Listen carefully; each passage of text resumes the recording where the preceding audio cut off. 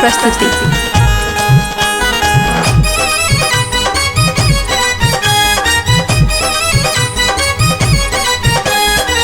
तोहर मम्मी छौटिल बिखनी, तोहर मम्मी छौटिल बिखनी, भरी टोला में हल्ला भ गेलो रे, भरी टोला में हल्ला भ गेलो रे, भरी टोला में हल्ला भ गेलो।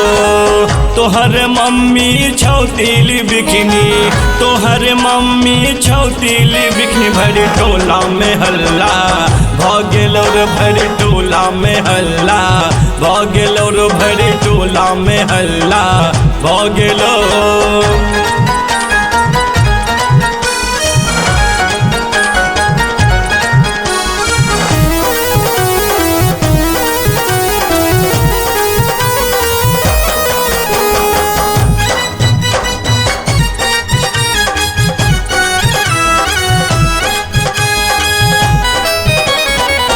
रौ बौआ हम बुझ नहीं सकला, मम्मी तोहर छो चमचिकनी।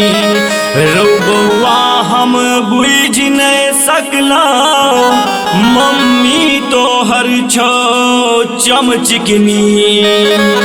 हम ही भरी दिन पंखा डोलाबी, हम ही भरी दिन पंखा डोलाबी, तैयो हमरे से झगड़ा क गेलो, तैयो हमरे से झगड़ा क गेलो, भरी टोला में हल्ला भ गेलो।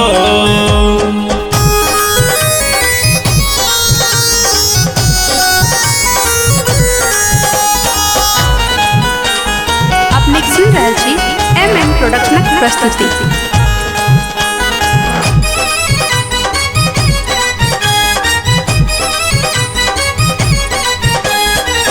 बर्तन बासन लंच आ नाश्ता, चूल्हा चेकी सब हम करियो। बर्तन बासन लंच आ नाश्ता, चूल्हा चेकी सब हम करियो। मैया काकी कतबो बुझे लेकिन, बड़की काकी कतबो बुझे लेकिन, नैहर परा क चल गेलो हेरो, नैहर परा क चल गेलो, भरी टोला में हल्ला भ गेलो।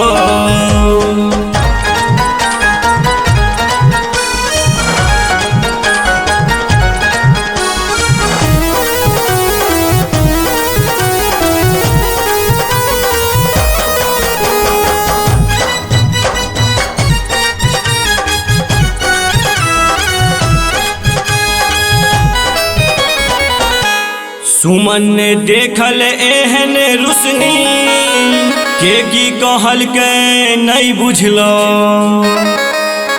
सुमन ने देखल एहन रुसनी, के की कहल के नहीं बुझलो। शिशु सुनल मधुबनी में हल्ला, सोनू सुनल करमौली में हल्ला, तोहर मम्मी ते हल्ला भ गेलो, तोहर मम्मी ते हल्ला भ गेलो, भरी टोला में हल्ला भ गेलो।